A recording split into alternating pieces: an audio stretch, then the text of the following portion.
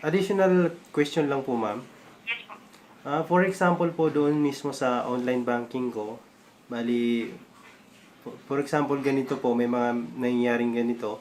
Pwede din po ba akong mag-message doon to cancel like this po? Doon mismo sa account? Yung sa mismo, kasi may mail doon, sir, yung contact us, ganun po ba? Yung message doon po, yung inbox through... Ayun, so ang video na panood nyo ay yung pagtawag ko sa mismong customer service. Pero hindi ako napag-prepare kasi ilang araw ko na silang tinatawagan, hindi sila makasagot-sagot. Naisip ko na rin na dahil siguro dahil sa bagyo at dahil sa baha doon sa Pilipinas ngayon. So, after ko maglinis ng mga sasakyan, pumasok ako dito sa office ko, tapos tinawagan ko yung customer service na hindi ako prepare talaga. Akala ko, tinatry ko lang. So, sumagot pala sila. So, yun. Kaya nakita niyo yung introduction natin na wala tayong damit. Pero, ang pag-usapan natin for today ay kagaya nga ng nasa thumbnail, kaya kasiguro nandito. Dahil gusto mong ma-fix kung ano man yung ginawa mong transaction na may mali. Okay? So, yan ang pag-usapan natin for today.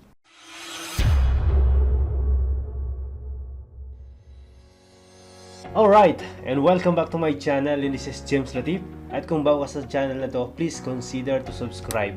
At huwag mo na rin kalimutan i-hit yung notification bell para lagi kang updated sa mga bagong tutorial na i-upload natin. So, kagaya nga ng nasabi ko, into this video ay ipapakita ko sa inyo ang dalawang option para ma-fix yung ginawa mong transaction na may mali.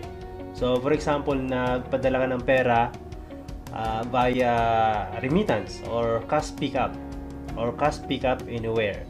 So, yun yung ginamit ko, yung cash pickup anywhere. And ang problema, nung pinadala ko, akala ko nung una, kasi nagrereklamo sa akin yung pinsan ko, akala ko hindi lang niya makuha dahil hindi dumating or nag-update yung reference number na binigay ko sa kanya. So, pumunta siya doon sa mga partners ng BDO kagaya ng Cebuana, Loyalier, and Palawan, pero hindi niya makuha. So, nung ilang araw, napag-alaman niya, kasi sinabi ko sa kanya, punta ka na lang doon sa mismong office ng BDO. So, pumunta siya doon at napag-alaman niya na may mali pala doon sa pangalan niya. So, isang letra lang, yun yung mali. So, hindi niya na makuha-kuha yung pera. So, in this video, ipapakita ko sa inyo ang step 1 kung paano nyo ma-fix yung nagawa nyo yung transaction na may mali. So, una ay ang pag-message mismo doon sa online bank account nyo sa BDO. Mag-login kayo, tapos click nyo yung message icon doon sa taas ng inyong account, and then try to message ang BDO. Okay? So, ipapakita ko sa inyo ang video ito para mas maintindihan nyo. So, let's watch this. Meron tayong naging problema dun sa hinulog natin na pera sa remittance. And then, dito sa taas, makikita nyo dyan yung mga menu, yung mga icon ng bahay, icon ng sobre, check, sa information and logout. So, dito tayo sa message or itong sobre na icon. Click natin yan. So, ngayon, nandito tayo sa inbox natin. So, I'm not sure kung meron ito doon sa app, but mas maigi na i-open niyo yung video ninyo kung mobile lang ang gamit nyo is i-check nyo lang yung desktop mode doon sa inyong cellphone. Okay? So, ngayon magko-compose tayo ng new message para i-message natin doon sa customer service ng BDO. Kasi ang problema ngayon ay hinulog ko nung 6 yung pera sa remittance, which is yung cash pickup anywhere. So, ibig sabihin ng cash pickup anywhere is pwede niya makuha sa lahat ng partner or branches ng BDO. But in this time, pumunta siya doon sa mga partner, ay hindi pa rin lumalabas yung control number doon sa mga teller na pinuntahan ng aking receiver. So, 6 yung pagpadala natin. 6, 1, 2, 3, 4, 5. So almost 5 days. But take note guys, Saturday and Sunday ay wala pong ano yan, wala pong processing dyan. Kung may hinulog kayo nung Saturday, Sunday, wala pa po yan. So mag-start siya nung Monday. Okay, so ito nag-start siya nung Monday, and then of course ito ay remittance, hindi naman bank to bank. So hope sana na dumating ngayong Tuesday, but unfortunately hindi talaga dumating. So kailangan natin gumawa ng action for this. So magko-compose tayo, click natin yung compose a message, and then subject, choose one, click natin yung inquiry or transaction made in video online banking. So ibig sabihin, ang gusto mong i-message sa kanila ay gusto mong itanong yung paggawa mo ng isang transaction gamit yung online banking nila sa video. So dito pwede natin i-type hi video. Pwede naman kayo kung wala kayong alam sa English kagaya ko, pwede naman tayong mag-type dito ng Tagalog. Kasi Pilipino din naman lahat ng mga nag-ooperate ng video. So, kung hindi kayo magaling sa English, huwag nyo na pahirapan yung sarili niyo. I-type nyo na lang yung gusto nyo sabihin in Tagalog language. Okay? So, submit na natin. Okay? So, antayin na lang natin yung reply nila. Maybe 24 hours maximum. Submit. And message successfully sent.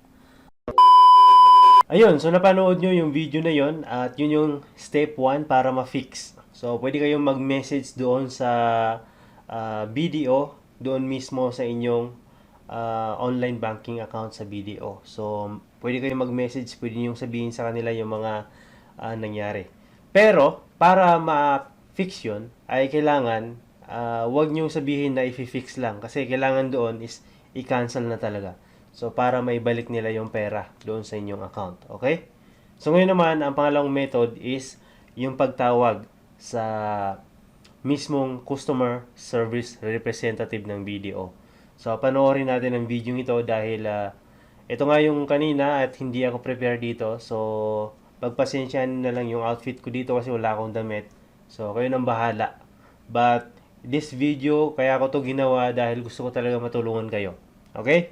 So, kahit wala na akong itsura, at least makatulong lang sa inyo. Kung may mga problema kayo sa pinadala nyo, let's watch this. Nag-answer po yung sasya ng yung request natin sir ng 1 to 3 banking fees po. So, pwede earlier din naman, and in-notify naman po kayo once may resolution na. So, you may also monitor from time to time through yung account po natin. Okay? Okay po. Additional question lang po, ma'am. Yes po. For example po, doon mismo sa online banking ko, bali, for example, ganito po, may mga nangyayaring ganito, pwede din po ba akong mag-message doon to cancel like this po? Doon mismo sa account? Yung sa mismo, kasi may mail doon sir, yung contact us, ganun po ba? Yung message doon po, yung inbox through... Pwede po, pwede naman doon sir. Kasi nag-try po kasi akong mag-message doon. Wala po kasing nag-answer nung... opo. Baka sir kasi backlog din po, baka po kaya medyo matagal mag-reply sir. Pagka ganun po, yes sir, ang ano kasi response time dapat po within 24 to 48 hours, diba? However, during the Nagkamali rin kasi yung mga emails nila sir, so medyo may backlog din po sa ngayon. But yun po, pwede rin kasi mag-send doon sir. Kaya lang medyo matagal talaga response time po. Sige po. Okay? Okay po. Sige sir, thank you for calling video po. Have a good day. Bye-bye. Sige po, maraming salamat din po. Salamat po. Bye.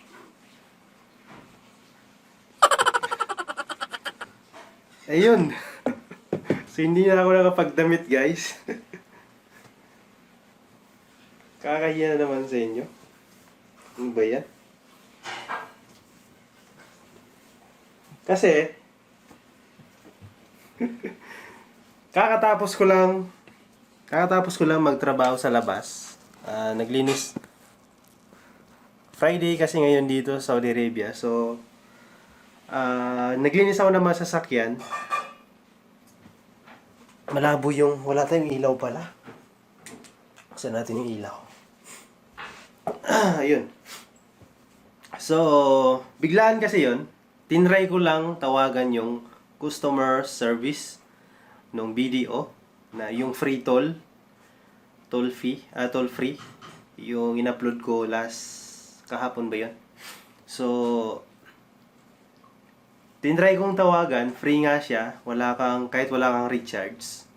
So, inayos ko kasi yung pinadala kong pera doon sa pinsan ko na nagkamali, yung isang letra lang yung nagkamali. So, hindi na niya pwedeng makuha yung pera. So, in order to fix that, kapag may mga ganyan scenario, nagkamali kayo ng mga spelling or kahit isang letra lang, ang sabi ng video, hindi daw talaga nakukuha yung pera kapag ganun. At hindi rin nila pwedeng i-edit or i-change yung pangalan na nagawa mo dun sa transaction na yun. So, mangyayari, ang kaya lang nilang gawin ng BDO ay iba-back forward or iba-backward yung pera mo na pinadala mo going back to your BDO account. So, ganyan yung explanation sa akin ng customer representative dito sa customer service nila. So, ganun pala guys. So, kapag mayroon kayong mga maling nagawa sa mga transaction na ginawa nyo, especially kung remittance man yan, kailangan pwede din kayong mag-message doon mismo doon sa mismong account ninyo. At pwede kayong mag-message doon pero wag niyo i-message na ipapalitan niyo yung pangalan kasi hindi nila kayang gawin 'yon. At hindi sila autorisadong gawin 'yon. Kaya din nila siguro pero hindi sila authorized para palitan 'yon. So ang gagawin na lang nila, backward yung pera mo na pinadala mo, which is yung nagkamali, papunta ulit doon sa account mo. At meron siyang 3 araw bago siya, maximum of 3 araw. Pero kung hindi naman gaanong busy, ay siguro mga 1 day or 2 days darating na yung pera mo doon sa account mo. So, ganun siya ma-fix kung meron kayong mga nagawang transaction na nagkamali. So, pero ang ano lang doon, yung pera na pinadala mo, may charge kasi yon kapag remittance. Especially kung cash pick up anywhere or cash pick up. So, yung charge na 100 pesos ay hindi na may babalik doon sa account mo. Kung ano lang yung amount na ipapadala mo sana, yun lang yung babalik doon sa account mo. Okay? So, sana maliwanag po yan.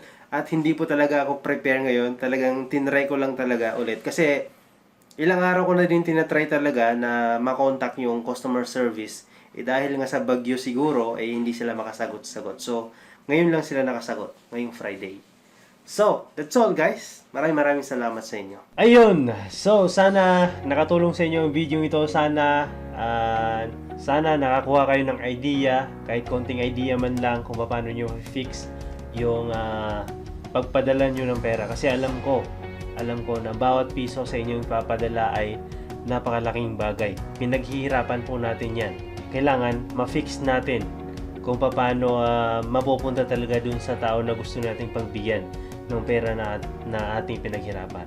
Okay, so sana nakatulong sa inyo ang video ito. At kung sa tingin nyo ay hindi nyo nagustuhan, pwede nyo rin i-dislike. At kung nagustuhan nyo naman, please hit the like button. At kung hindi ka pa nakasubscribe, please i-subscribe mo na ang channel na to. At maraming salamat sa panonood. As usual, this is JamesLatip and welcome to my channel.